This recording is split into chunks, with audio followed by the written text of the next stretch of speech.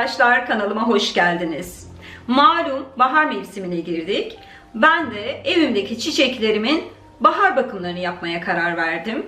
Onların saksılarını ve topraklarını değiştirip yenileyeceğim. Ayrıca bunun için böyle ufak çaplı bir alışverişim oldu. Az sonra size yaptığım alışverişi de göstereceğim. Siz de benim gibi aloe vera tutkunuysanız bence bu videoyu sonuna kadar izlemelisiniz. Ve ayrıca yine başlıktan da anlayacağınız gibi bulunduğu evleri zengin eden, para akışını inanılmaz derecede arttıran, bereketlendiren, negatif enerjiyi o evden def edip pozitif enerji akımını o eve sağlayan para çiçeğinin hikayesini anlatacağım size.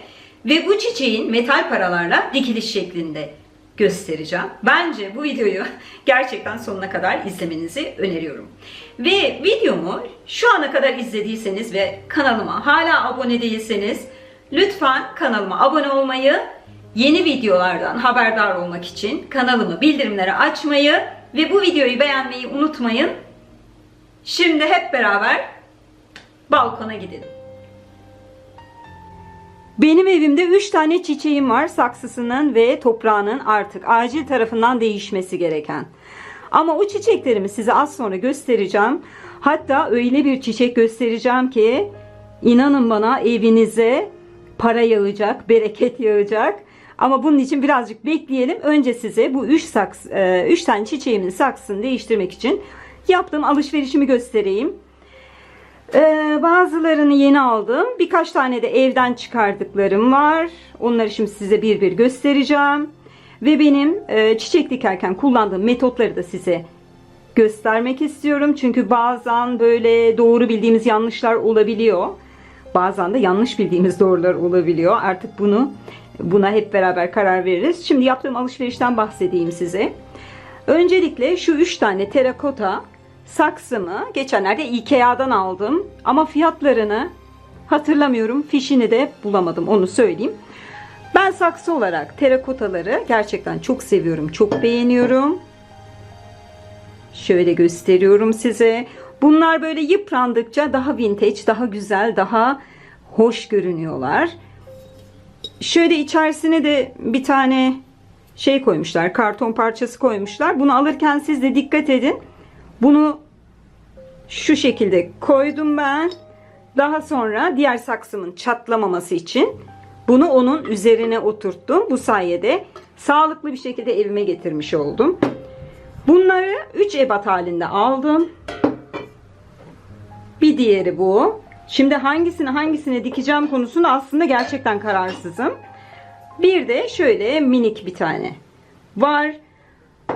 Aynı zamanda yeni aldıklarımdan şu plastik saksıları, bu saksılarımın içerisinde kullanacağım. Az sonra bunlara küçük delikler açacağım ki çiçeğim hava alsın. Bunu da biraz sonra anlatayım size. Evden çıkardıklarımdan bir tanesi de şu terakota saksım. Bunu oturma odası turumdan belki hatırlarsınız. Bunun içerisinde yapay bir çiçek vardı. Bunu Yargıcı'dan almıştım o dönemde. İzlemeyenler varsa bu videonun altına oturma odamın turunu da paylaşacağım. Oradan linke tıklayarak izleyebilirsiniz. Bunu kullanıp kullanmamakta emin değilim ama kullanabilirim de. Az sonra kararımı vereceğim. Yine daha önceden, uzun seneler önce, hatta şöyle söyleyeyim, 2 sene önce aldığım bir Ikea saksısı. Bunu da kullanabilirim. Bu da çok hoş duruyor. Bunları ben çok seviyorum. Yine plastik bir saksı. Tabi bu saksıları altlıklarıyla beraber satıyorlar. Bunları da aldım. Çünkü parasını verdim.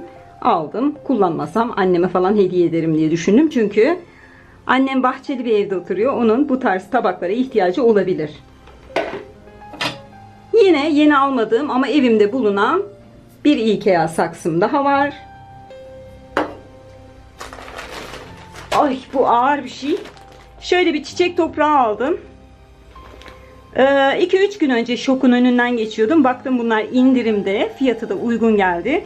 Böyle kocaman bir bitki toprağı aldım. Bunu kullanacağız biraz sonra. Benim çiçek dükkanımda, çiçekçilikte kullandığım Şu tarzda toprakları işte devir daim etmek için, oradan oraya aktarmak için böyle küçük, artık kürek mi dersiniz ne dersiniz bilemiyorum. Bunun bir de böyle tırmığı var. Bu da hani bahçeniz varsa evinizin önünde yabancı otları temizlemek için çok uygun olabilir. Bir de şöyle bir kürek mi diyeyim böyle bir şey var. Benim vardı fakat bulamadım, zannedersem Denizli'de çiçek dükkanımda kaldı. Şimdi çiçeklerimi de topraklarını yenileyecek olduğum için geçen gün BİM'e gittim. Bunları çocuk oyuncağı olarak satıyorlar. Metal, ahşaptan sapları var. Kesinlikle öneriyorum size. Hatta bakliyat böyle kepçesi bile yapabilirsiniz. Aklınızda olsun, bunları da paylaşmış olayım. Bir de size hani geçenlerde ya en son işte bu balkonum turunu yaptığımda pencereyi açıp size bu balkonumu göstermek istemiştim. O şekilde sukulentim yere düşüp kırılmıştı. Onun için böyle minyatür bir şey bulamadım. Günlerdir arıyorum. Hatta haftalardır aradım. Her gittiğim yerde işte böyle minyatür bir şey baktım. Denk getirememiştim. Geçen hafta içerisinde Afyonkarahisar'a gitmiştim. Orada bir petrolde hediyelik eşya satan bir dükkan vardı. Ve bu minik kovayı 2,5 liraya aldım. Bunu da bu şekilde kurtarmış oldum. Sevimliliğe bakın. Şimdi ben burayı bir şöyle toparlayacağım. Daha sonra tek tek artık kararımı verip çiçeklerimi dikmeye başlayacağım. Önce diğer saksılarımın içerisinde kullanacak olduğum bu plastik saksılara delik açıyorum.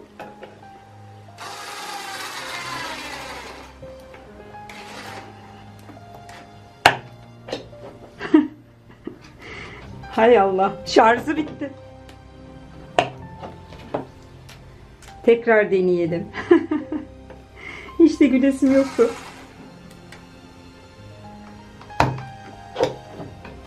Ya inanmıyorum, olmuyor.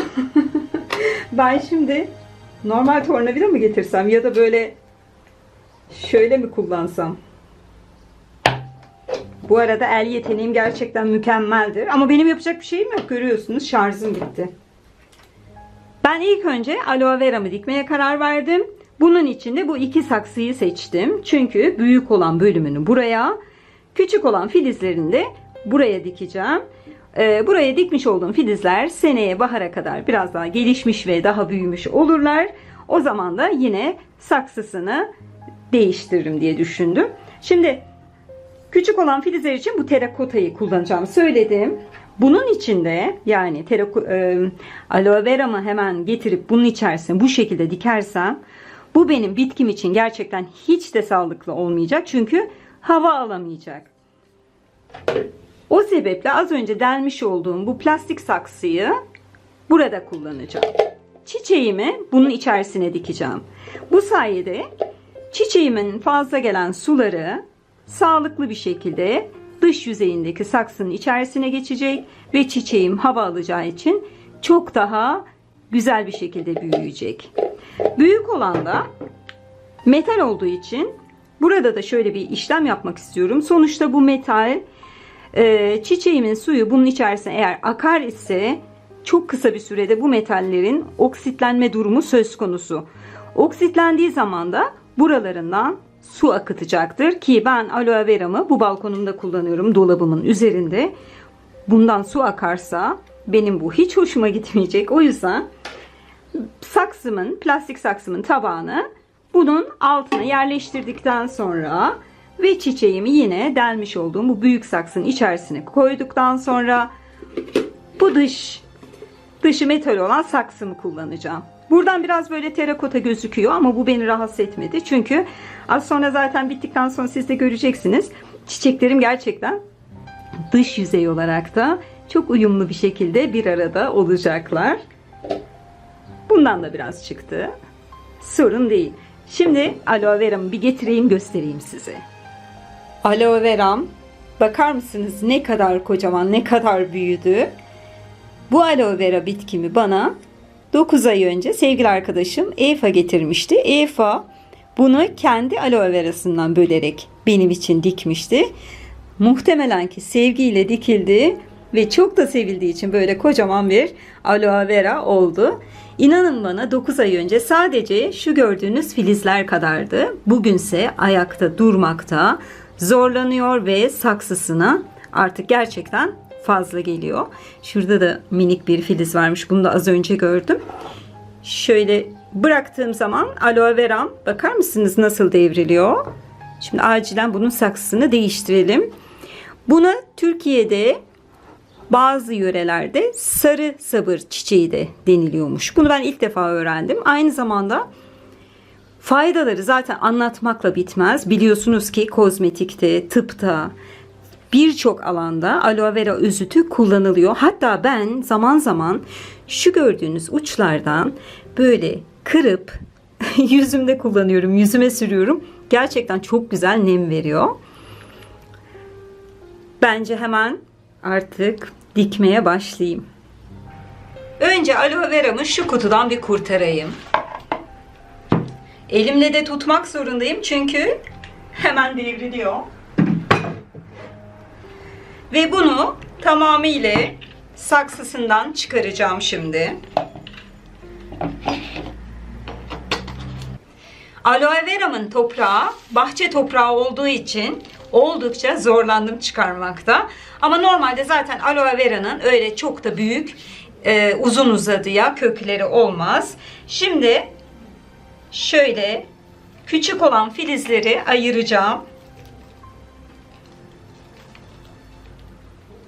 Toprağımı şu şekilde doldurdum. Şimdi göbeğine biraz oyuk açarak aloe veramı içerisine yerleştirip toprak ilave etmeye devam ediyorum. Bu arada elimle toprağı da çok fazla sıkıştırmıyorum. Ben bunu birkaç gün sonra, birkaç sulamadan sonra azalan toprağın üzerine bir parça daha toprak daha sonra ilave edeceğim.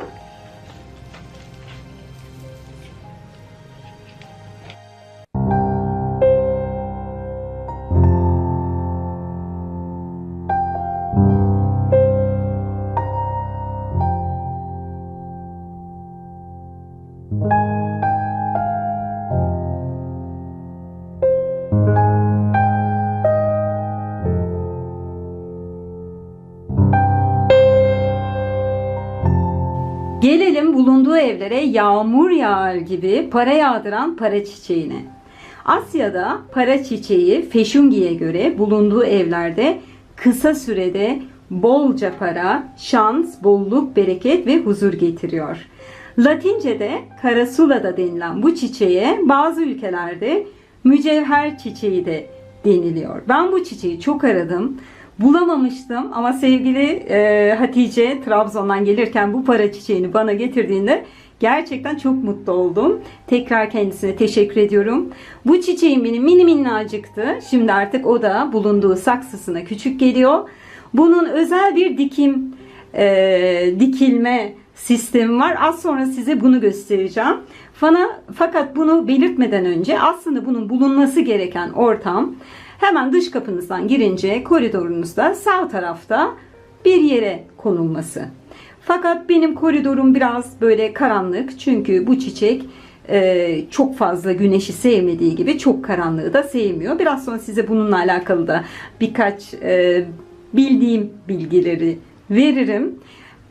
Aynı zamanda altında kırmızı bir örtü ya da kırmızı bir obje bulundurmak. Biliyorsunuz kırmızı her zaman parayı çeken bir renk. Biraz sonra bunun dikilme sistemini de göstereceğim size. Çünkü bunun dikilme sistemi biraz farklı. Çiçeğimizi dikmeden önce 7 tane metal paraya ihtiyacımız var. Bu paralar 1 kuruş olur, 2 kuruş olur, 1 TL olur. Bunun hiçbir önemi yok. Yabancı para da kullanabilirsiniz. Benim evimde çekmecede neredeyse 2-3 yıldır bekleyen böyle eurolarım vardı. Ben bu euroları kullanacağım. Diliyorum ki bol bol eurolar yağsın evime. Bol bol bereketlensinler. Şimdi bunları ters çevirerek tura olan bölümünü saksılarımın içerisine yerleştireceğim ve daha sonra şu sözü söyleyeceğim. Para parayı çekiyor, para hayatıma kolaylıkla akıyor. Evet, başlıyorum. Para parayı çekiyor, para hayatıma kolaylıkla akıyor. Para parayı çekiyor ve para hayatıma kolaylıkla akıyor. Para parayı çekiyor ve para hayatıma kolaylıkla akıyor. Şimdi bu paranın üstünü hemen hemen şuraya kadar toprakla dolduracağım ve yuva açıp çiçeğimi hemen içerisine yerleştireceğim. Yuvamı açıyorum ve para çiçeğimi içerisine yerleştiriyorum.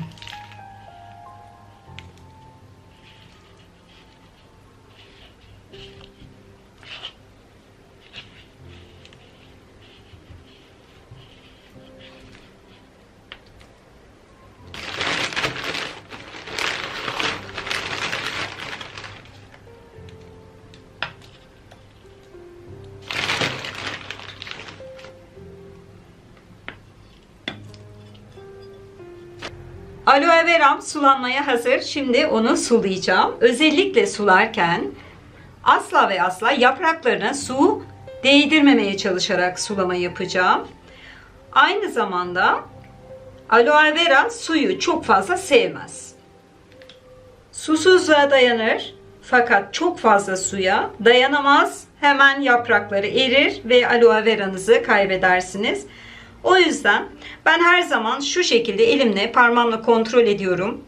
Eğer nemli değilse ve artık gerçekten suya ihtiyacı varsa o zaman sulama yapıyorum. Çok fazla yoğun da su vermiyorum. Aklınızda olsun.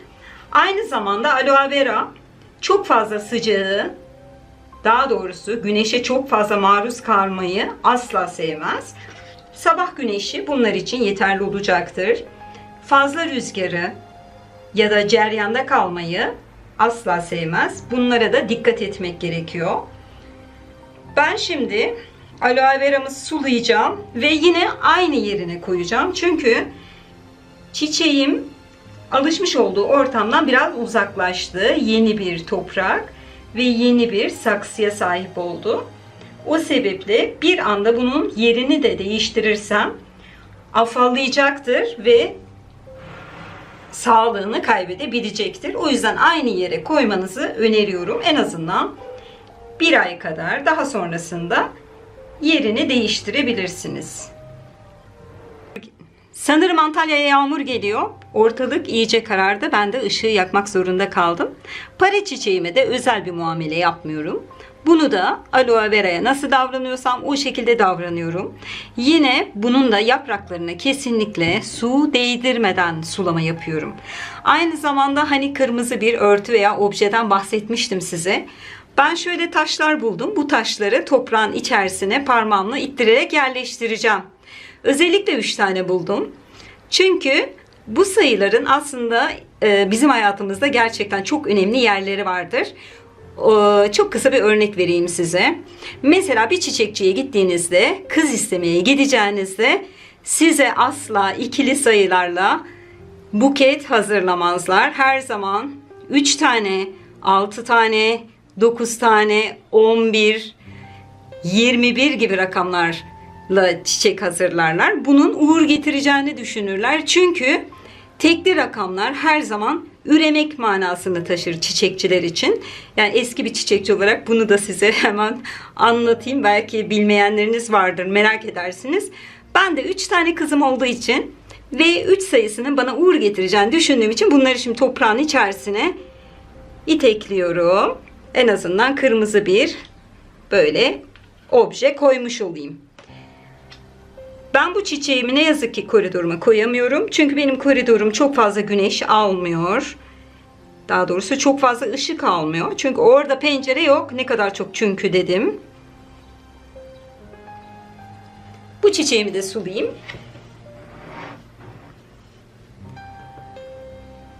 Umarım hepimize bol bereket getirir.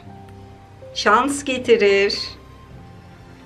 Ve huzur getirir, sağlık getirir. Aslında en önemlisi kesinlikle sağlığımız. Sağlık olduktan sonra bir şekilde diğerleri olup gidiyor. Ama olsun, umudumuzu biz her zaman yeşil yeşil tutalım. Bu ismini bilmediğim çiçeğimi de yine aynı şekilde suluyorum. Asla yapraklarına su değdirmiyorum. Aynı zamanda bunun ismini bilen varsa lütfen videomun altına yazarsa çok mutlu olurum. Yine merak edenleriniz olabilir. Bu balkonumun turunun linkini de aşağıya bırakacağım. Bilmiyorum daha önceden söylemiş miydim? Söylemediysem şimdiden söylemiş olayım. O balkon turumu da izleyebilirsiniz. Şimdi hemen bunu da sulayayım.